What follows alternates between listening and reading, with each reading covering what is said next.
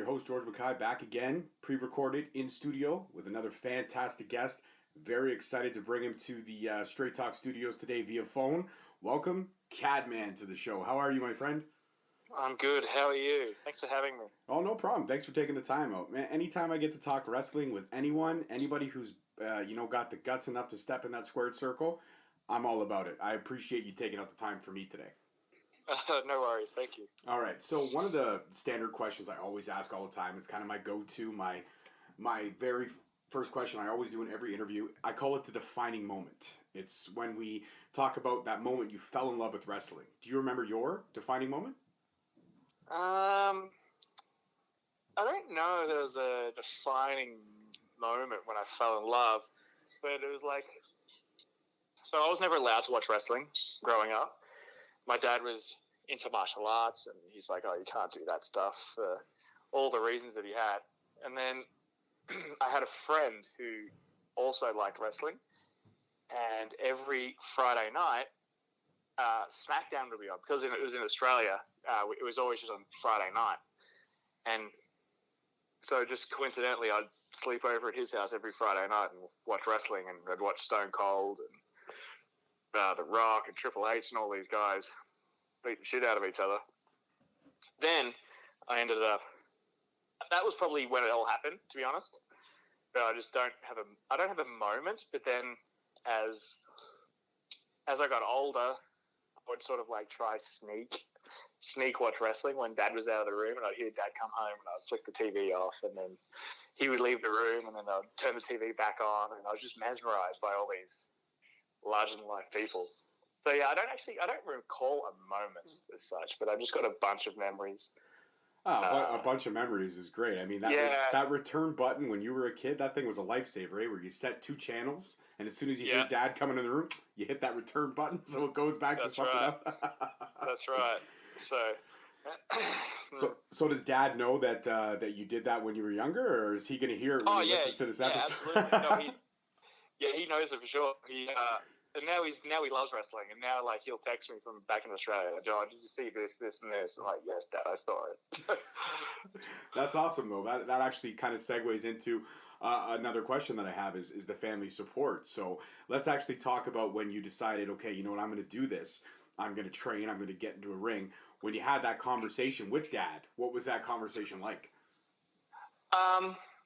So it got to the point of like, so Dad gave up on like trying to ban it from the house when I was like 16.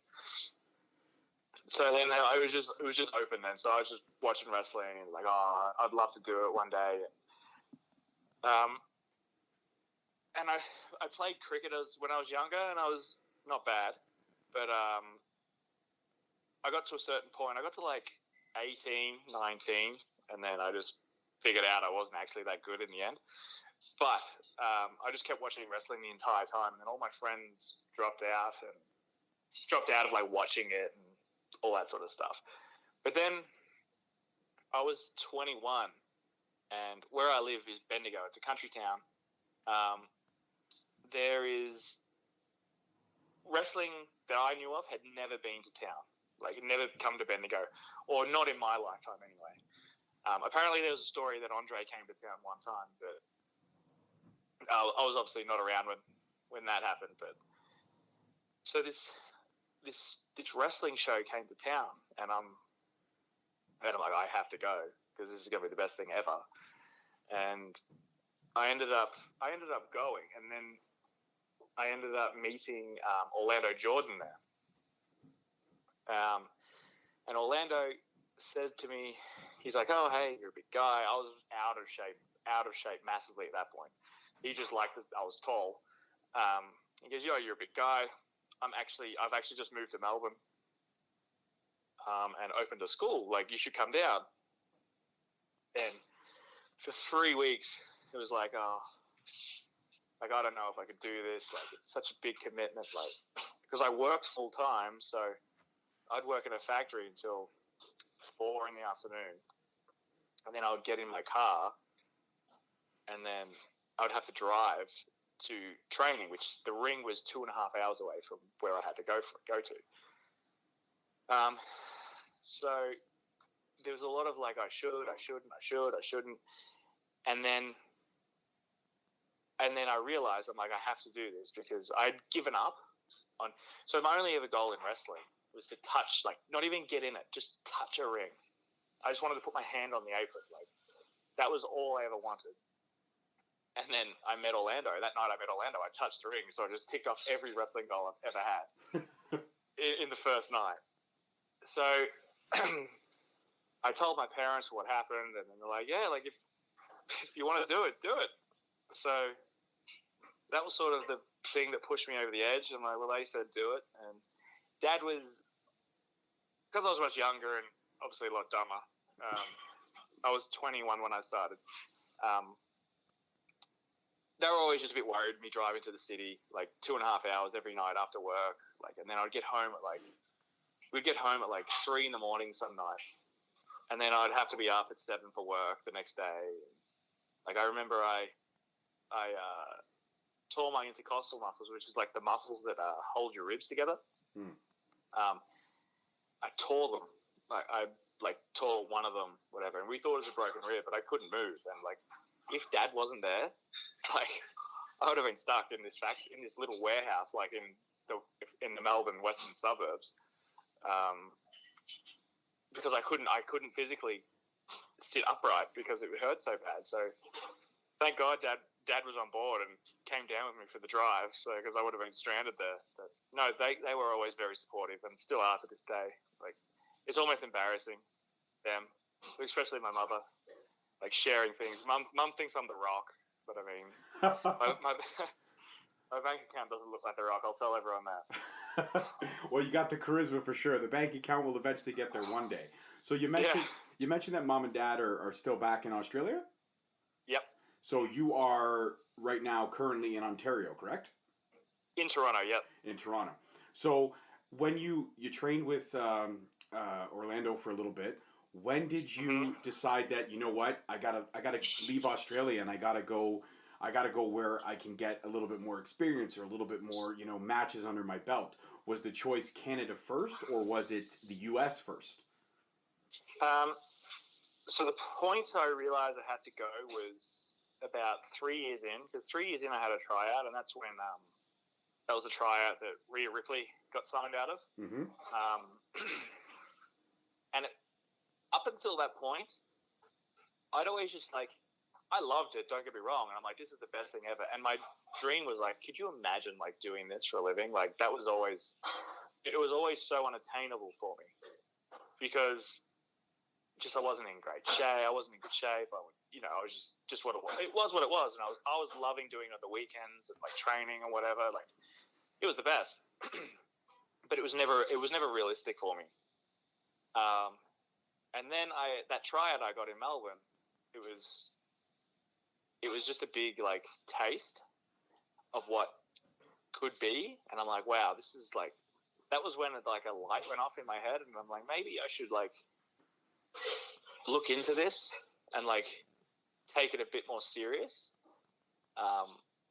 And that was the point when I realized I had to go do something else, like had to go somewhere else, because I'm sure I could have learned more in Melbourne, and I no doubt I could have learned more, but I just felt like it was time to go. Like, it was time to go something else, because I felt like I'd got what I needed out of the place, like learning wise. But I mean, and if anyone from Melbourne's listening to this, like, I'm not shitting on anyone. Like, it was just my personal opinion on myself. And then at that point on, that's when I decided to go. And then I would have loved to go on to the US, because, the US is like the wrestling mecca. But it just visa-wise, it was too hard. Then we tossed. So I actually moved to Canada with my girlfriend. She's Australian too. So we actually tossed up going to Japan as well, because Japan has the wrestling scene and whatever. But the language barrier for her was a bit much. Mm-hmm. So then we were like, well, it's pretty easy for us to go to Canada because of the Commonwealth. So then I ended up meeting Santino Marella at a show in Melbourne. My local promotion brought him in, and he had a pizza eating contest with Mr. Juicy. But he said, "Oh, hey, I've got a school in Ontario," and that was it. That was the sole reason why I came to Ontario, was because of Santino Marella. Hey man, if you're gonna train with somebody, I mean, I interviewed Anthony a couple episodes back, and he is one of the most genuine, most humble people. But you can see it in his eyes that he doesn't take shit or tolerate shit. If you're there to work. And from every one of his students that I've interviewed so far, that seems to be the case. He's firm but fair. Yeah, you've only interviewed the good ones. Well, I feel like I've tapped out the Battle Arts roster so far pretty good. I mean, Freddie McRae, Karou, Bianca Carelli. Karou is the worst. Oh, Karou is the worst. He didn't name drop me on the episode that he was on. No, he didn't. I told him, I know, I'm offended. He goes, he's like, I do most of my stuff with Nathan. I'm like, how many tag team championships have you won with Nathan? He's like, 0. Like, oh, well, you've won 2 with me. Right, so stick with the winner. That's right. I know, and I couldn't even get a mention. Oh. So I'll tell him that I buried him. Yeah, you buried him hard on this one. That's it. Karou? He sucks. Yeah. So you move to Ontario with your girlfriend. You settle in. You go see Santino, and you lock up everything. You get signed up in there. And character-wise, were you always, there's a couple different variations of the name. There's, Cadman Turner, obviously, Cadman, the Mighty Cadman. Did you automatically go to that character, the cowboy hat, the black vest, all that kind of stuff, or did you evolve into that? Yeah, no. So I started, when I started, I wore the Kevin Nash pants and a singlet, because I was tall, so immediately I'm related to a tall wrestler, so I'm now Kevin Nash. Mm. And then I ended up losing a bunch of weight, and then I went to trunks, but and then I was just always just like me, and then I ended up coming here, and I was still just in those trunks, and I ended up teaming with Karou. And then we ended up getting the camouflage pants and whatever, and your stereotypical tag team wrestlers in 2019 look. Just wear camouflage. Insert generic tag team here, and then that's us. Then I started wrestling with Rock Solid, and I am a huge fan of 80s wrestling. I love it. I think it's the best. It's just the promos, the work. I just think it's so good because it's so simple. It tells the story. All the flips are awesome. I can't do the flips. Maybe that's why I don't like. It's not that I don't like it. It's but I remember when I was younger and I watched Arn Anderson finish a match with a suplex, and I'm like, that was the coolest ever. And I didn't know why. I didn't understand why it was so cool. But Arn Anderson finished the suplex. I'm like, that was the best match I've seen, and I couldn't figure it out. And now I realize it was all the psychology leading up to it. But so yeah, that 80s style, and everyone in the 80s is a cowboy, obviously. Mm-hmm. And I'm from the country, and I love country music, and it's all actually it's pretty genuine, the cowboy stuff. I own multiple pairs of cowboy boots and hats and whatever, and belt buckles, and so I liked 80s wrestling, and I decided why don't I try do that, I guess, and it worked out somewhat. But I've only had 2 matches with it. I've changed my look up again, so I'm always trying to change my look up. I don't want to, because it's the indies, and because it's the indies, not everyone's looking at the indies. So it's if I'm a cowboy for a year and it doesn't explode or whatever, I'm just going to move on. I'm just going to change it up, because I have 10 fans. Only 3 of them are going to remember that I was a cowboy, and then I come out oh, hey, it's him again. You know what I mean? Like that's always the way I've looked at it. I've always looked at it and been realistic with what I'm doing. It's like they're not going to miss me if I go back to that town next year. They're not going to miss me not wearing a cowboy hat. You know what I'm trying to say? It's like I absolutely get what you're saying. I mean, like great thing. None of the stuff I do is like attached. It's not permanent. It's like, for example, you go to WWE. It's like whatever you're doing in the Indies doesn't really matter unless you're like an AJ Styles or something like that. And I'm not AJ last time I checked, so. No, you don't have the soccer mom hair. That's one thing you don't have going for you. Yes, you do not have that hairstyle, so that's good. So that is the great thing about the Indies, though. To agree with your point there, you can change and evolve your character in so many different ways until you find something that works with you. But I mean, I've seen you wrestle a few times, and I think that you do have your character is simple. I think it's just you turned up to 10, and the best part about it is when you're in the ring, you actually seem like you're having fun, as most wrestlers that I've seen in the Indies do. They seem like they're having fun. It's not so much work for them. I mean, yes, there is an end game. You're trying to make it to one of those, major promotions or get to a point where, you can carry and earn more, for when promoters book you, you can start charging more because you have a name, you have a fan base and a following. But the first and foremost thing is you got to still love what you do. And when I have seen you wrestle, you definitely do love what you do. And that's the thing I think that carries over to the crowd. And it carries over into why, certain promotions keep bringing you back, right? So I think if it ain't broke, don't fix it. Yeah, it's like, and now that I'm changing up my look again, I'm not getting away totally from that cowboy thing. It's because the cowboy thing is me, pretty much. I'm just not wearing a hat. It's like I'm like a modern cowboy. I don't know, but yeah, I am pretty much me. That's why I use my own name. Like Cadman is my real name. I keep my name for two reasons. Like, one, I don't want to be, what's the name? Like Max Payne or something like that. Like it's a wrestling name. I don't want a wrestling name. It's like I don't understand wrestling names. It's like, why do you have a fake name? Because I don't get it. Two, I've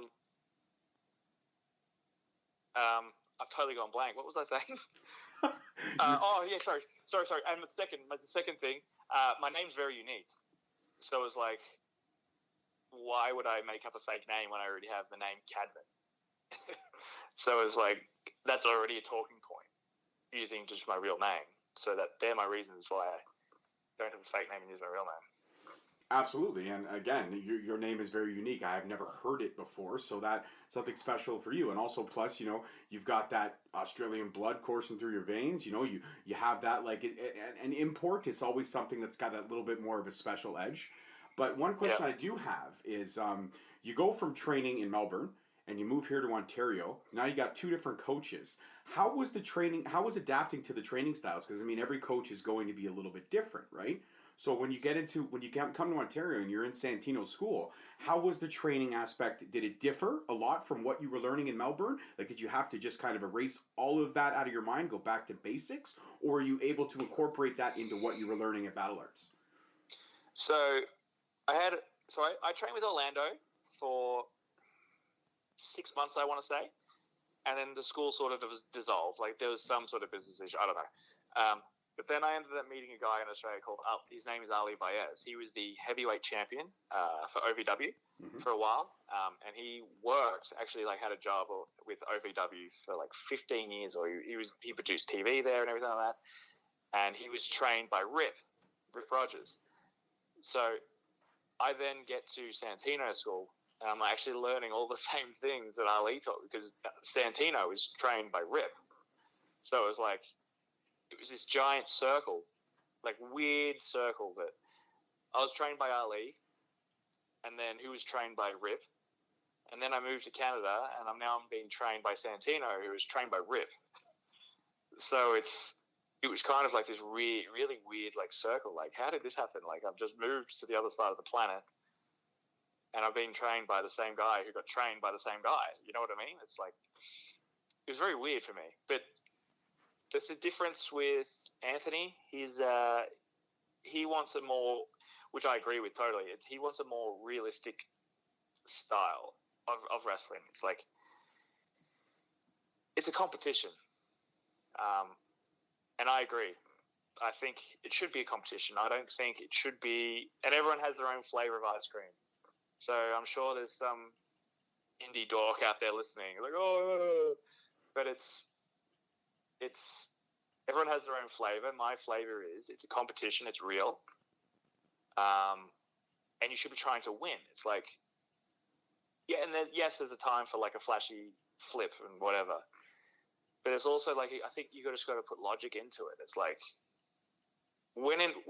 I don't know if you've ever been in a fight, but in a fight, have you ever said, "Hang on 1 second, I'm just going to run, hit the ropes, and come back to you"? Like it's just No, I have been in a fight, but you're right. I have definitely never said that. No.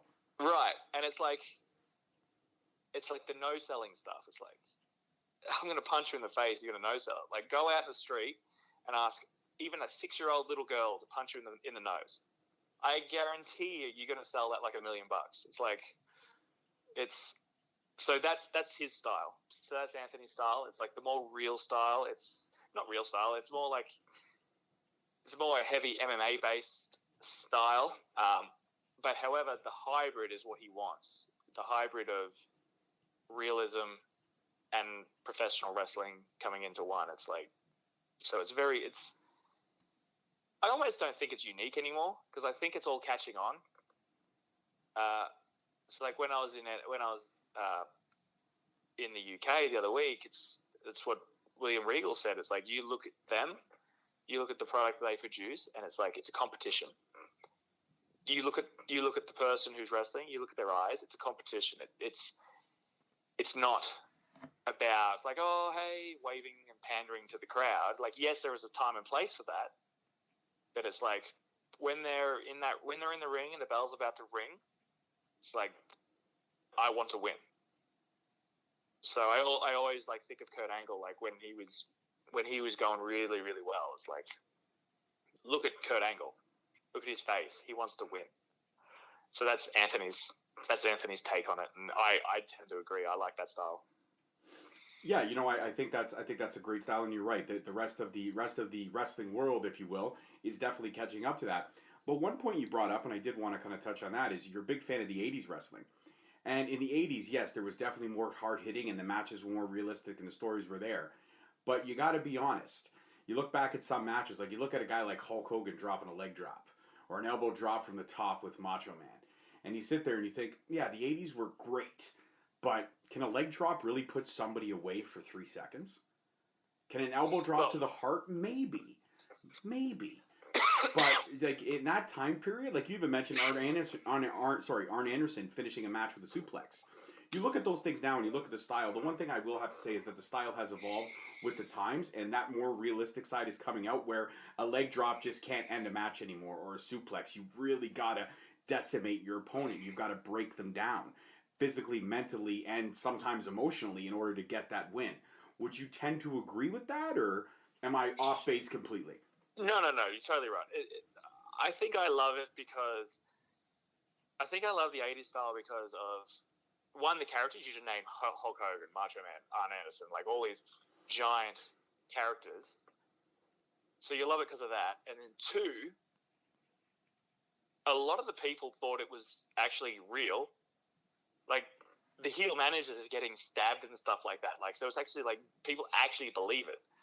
So I think that's a lot of the reasoning why I love it, because there's actually like heat. The people actually hate the heels. Like I think that's what I often think. Like I think it'd be so cool to go back in time and wrestle in that period, just because it's like the cat's not fully out of the bag. You know what I mean? But yes, I do agree. Wrestling has evolved. You can't drop a leg anymore. If Hogan came out today though and dropped a leg, I would buy it. Because it's Hulk Hogan. 100%. Yeah, I have to agree with you there. 100%. But if I go out and drop a leg, everyone's kicking out at 1. Well, I hope they're kicking out at 1. I hope so. If they're kicking out at 2, then that means you're just going to get them in a couple more moves, anyways. That's right. So you mentioned the '80s style wrestling and stuff like that. You mentioned a few influences. Were there anyone in the '80s that you gravitated towards more than another? And did you kind of incorporate that in your style now? Not really. As I don't know if I have a style, because I'm always just trying because it's the Indies. It's we've got 200 people in the crowd. It's just try stuff. I believe just try. If you know, like, oh, this is my style, brother. Like, this is what. Come on, like, look around. Like, these people are not going to see you for another.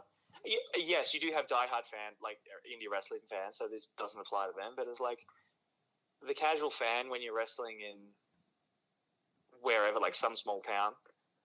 It's like they're not going to see you wrestle now for another 2 years, a year. They're not going to remember what you did. So I just believe in have an influence. Yeah, like a big influence for me was like my favorite wrestler ever was Triple H. Yes, so, you and me, we definitely share a bromance. That's my go-to guy. I love that dude. Yeah, man. Because when I really become fixated with wrestling, like around 14, the person on top was Triple H. So Triple H, I remember like the whole there's few people if they're listening, it's like they'll hate this, but like, I remember Evolution, and it's like I knew I should have hated them. But like Triple H was so cool, coming out in a suit. He had the big gold belt. I'm like, wow, I want to be like Triple H. But yeah, I don't think I have a style, and no one influences me. If anyone did influence me, it probably was Triple H. Well, I do the Harley race high knee because I saw Triple H doing it. But maybe I should change my finish to the pedigree. That's a good idea. Yeah, no, I just think you shouldn't have a style as such. It's like, yeah, if you're like 180 pounds and you can naturally do flips, yeah, I think you should stick to that.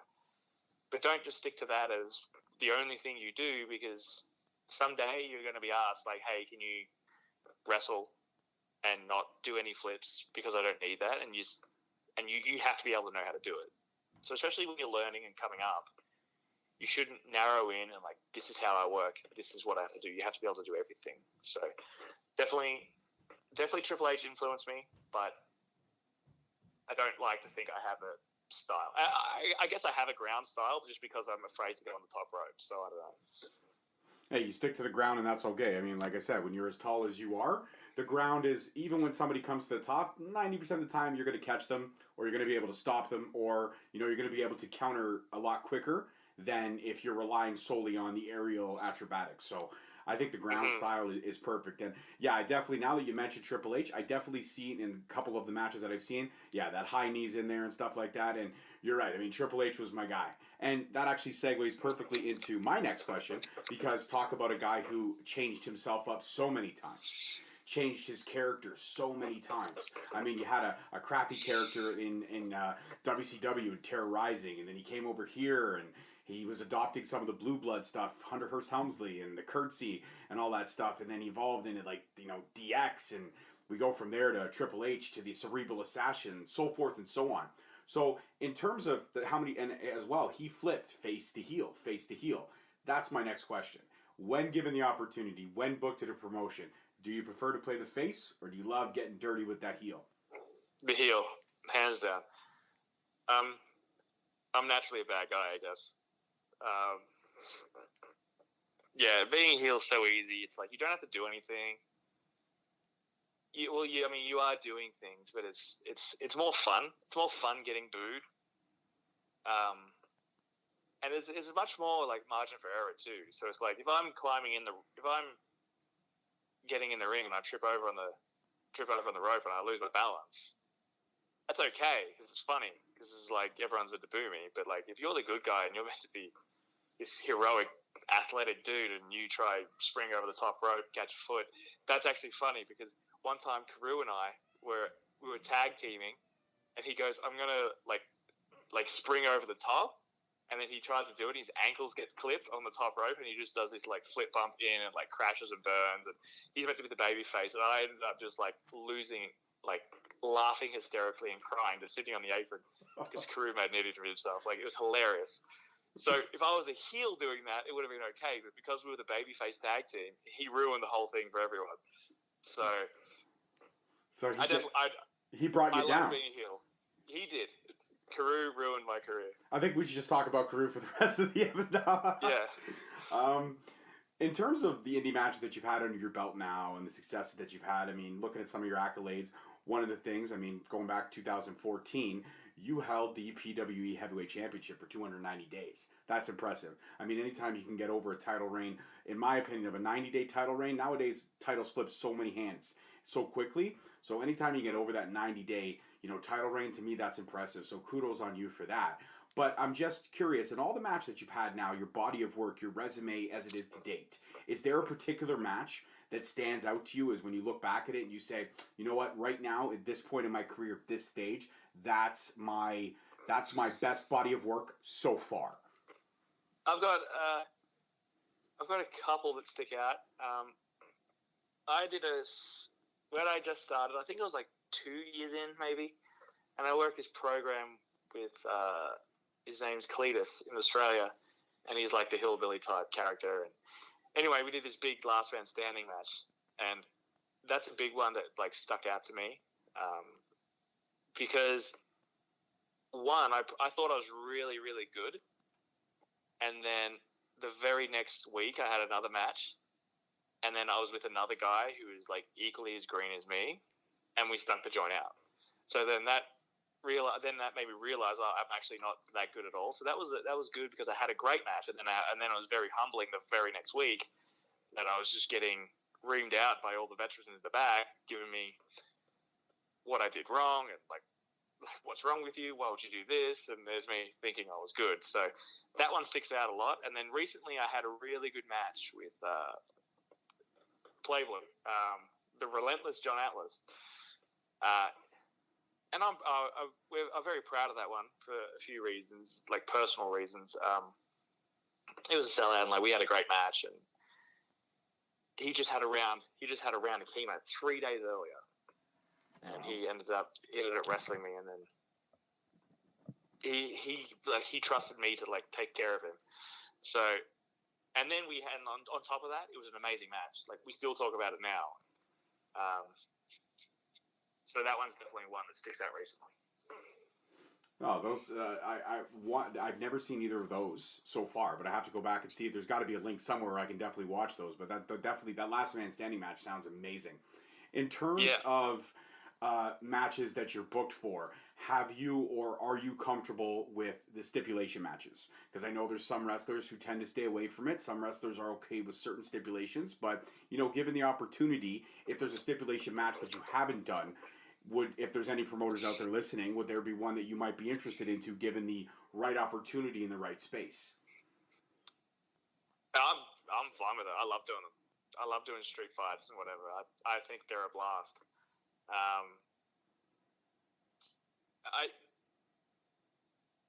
Ladder matches worry me just because the heights, like I mentioned before, I'm afraid of the top rope, let alone climbing a ladder. Mm-hmm. So a ladder match is a bit worried. But yeah, if it all makes sense and like you've had a story, like if you're working in the same place like month after month and you've got a story building and there are actually people that like take notice and people actually know who you are and they're following the story, yeah, I think there's definitely room for like a big payoff match, like a cage match, a street fight, whatever. But just going in and just having like cold street fight is just weird. It's like, why? It's like we're beating ourselves up in front of no one for how many dollars and why? So, but yes, if anyone's listening and they want to book me into a street fight or anything like that, let's do it. 6 months later. I'll do it. One thing I just don't like though is like deathmatch wrestling. Just there's a difference. It's like I'm not interested in doing that, like glass and all that sort of stuff. It's more like, in my opinion, it's just like mutilating yourself. Because for a lot of these guys, they've still got to actually work a real job. Like, how do you go to work on Monday morning? You've got scars all over your forehead from glass and bamboo skewers and whatever else you've just jabbed into yourself. But yeah, I definitely I definitely like doing more PG style, hardcore stuff. Like I'm okay with blood and stuff. I just don't want to do glass. I just don't want to do spikes to the head and like stuff where you can actually like get seriously like injured. Like what happens? Where does that bit of glass go if it just lodges into your vein?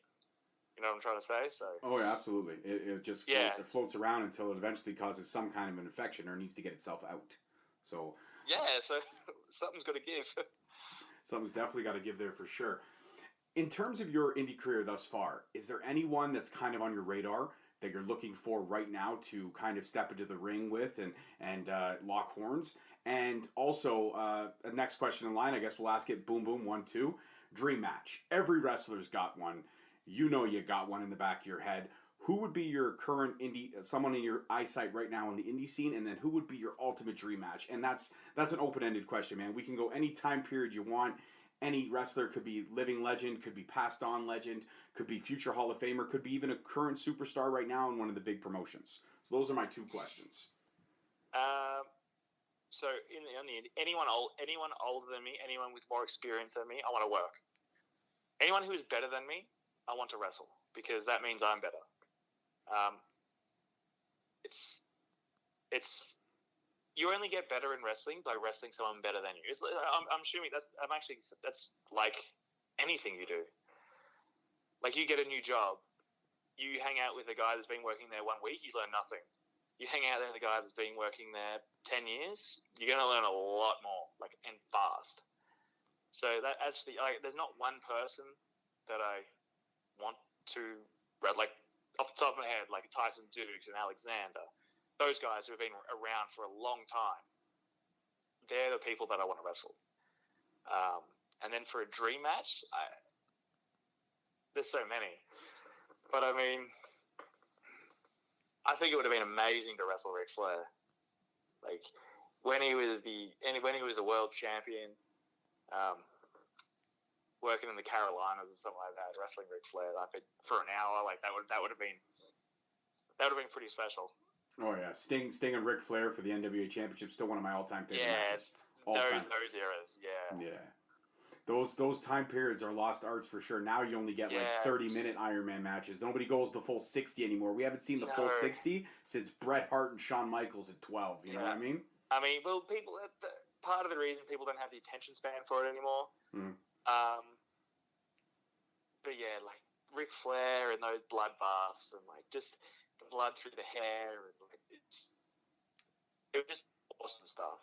Like it's just the best. Like you go watch it, it's so good. If you see one Ric Flair match, you've seen them all. But every single one is so interesting, just because of what he does for the other person.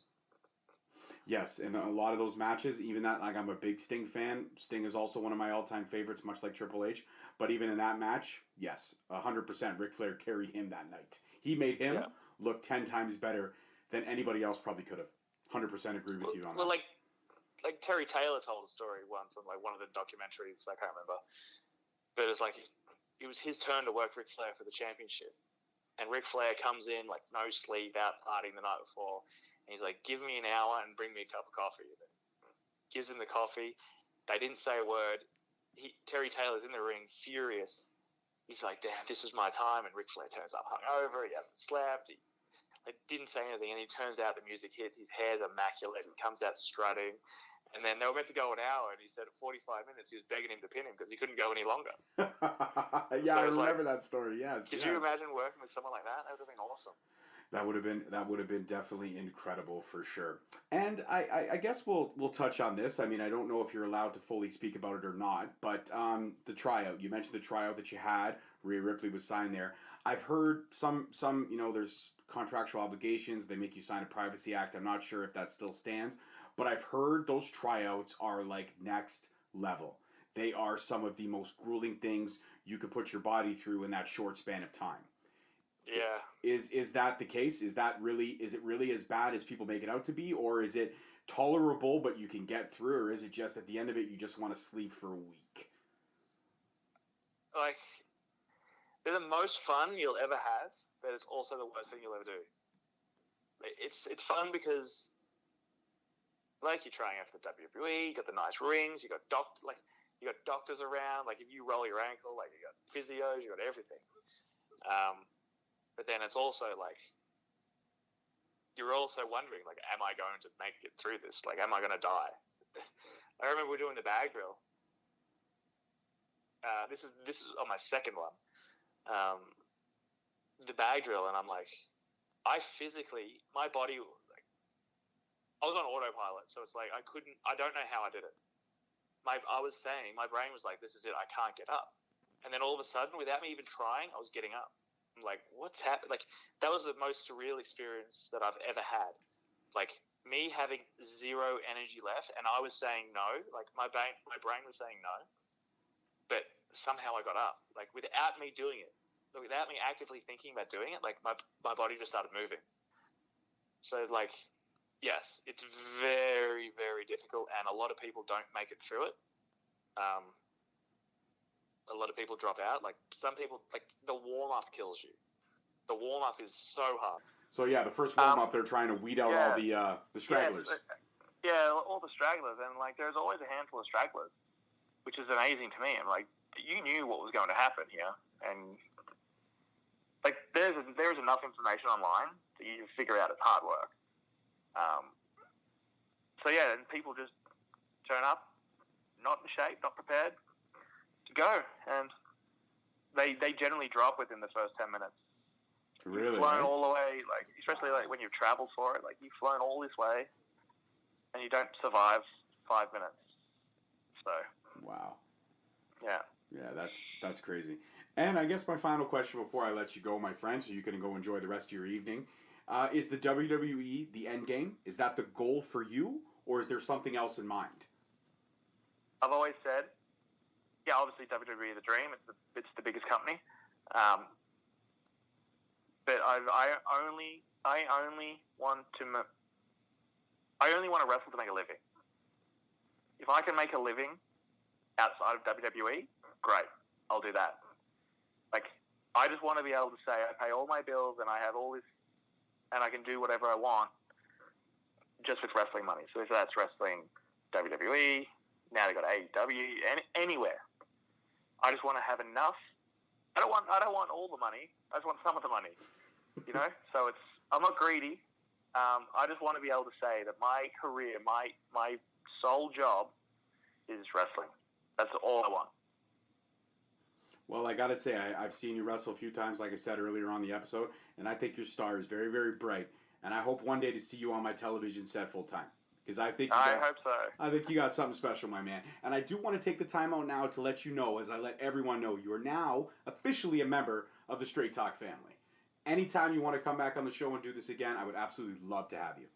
Well, thank you for having me. It's been fun. I'm glad you had a blast, and I enjoyed the conversation as well. And hopefully one day we can do it again. And next time I see you, I'll come up to you now, and I won't be so intimidated and be like, "Hey, it's George from Straight Talk. Can we get a picture?" Yeah. I'm not that scary. I'm just big. Yeah, there you go. You're big but lovable. Absolutely. You go enjoy the rest of your night. And again, thank you so much for taking the time out today. Thank you, George. All right, take care, buddy. See ya. Bye.